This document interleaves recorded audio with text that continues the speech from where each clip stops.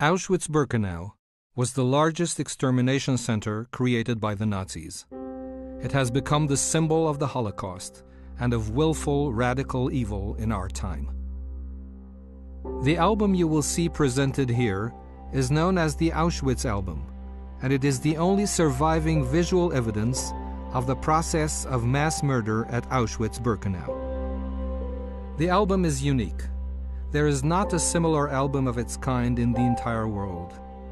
It documents, in photos from every direction and from every angle, the arrival at Auschwitz, the selection of those slated for immediate death, and of the few who were destined to be slave laborers, the confiscation of their property, and the preparation for the physical annihilation of a transport of Jewish people. This transport of Hungarian Jews from the area of Carpatho-Ruthenia arrived at the ramp of the extermination camp Auschwitz-Birkenau in May 1944. In the photos, we see the men, women, and children step out of the overcrowded train, traumatized and fearful after their horrendous journey. They have no clue that they have just been delivered to a death factory and that few of them will survive. Survivor and Nobel Peace Prize laureate Elie Wiesel described his arrival as a teenager at Auschwitz. Every yard or so, an SS man held his gun trained on us. Hand in hand, we followed the crowd. Men to the left, women to the right. 8 words spoken, indifferently, without emotion. 8 short, simple words. For a part of a second, I glimpsed my mother and my sister moving to the right. I saw them disappear into the distance, while I walked on with my father and the other men. I did not know that at that place, at that moment, I was parting from my mother and my sister forever. The selection process carried out by SS doctors and wardens took place 24 hours a day, 7 days a week, as train after train unloaded its human cargo. Most Jews were sent immediately to the left, to their death.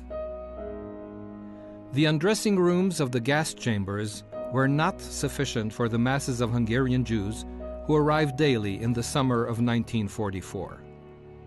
They therefore had to wait until the undressing rooms were ready to absorb them. The common waiting place was the grove closest to the crematorium that would soon turn their bodies to ash. They were told to sit among the trees and wait for further instructions. These were their last peaceful moments together before being driven into the gas chambers and murdered. It has been said that there will never be people as innocent as the victims on the threshold of the gas chambers. The SS kept the victims destined for gassing in complete ignorance of what lay in store for them.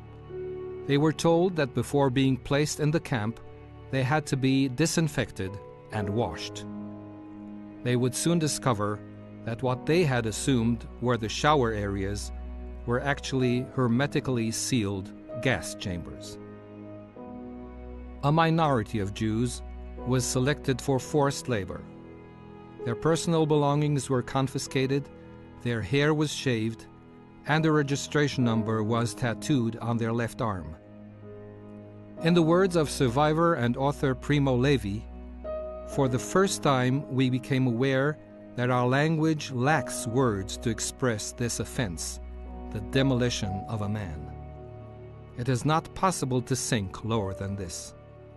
Nothing belongs to us anymore. They have taken away our clothes, our shoes, even our hair. If we speak, they will not listen to us, and if they listen, they will not understand.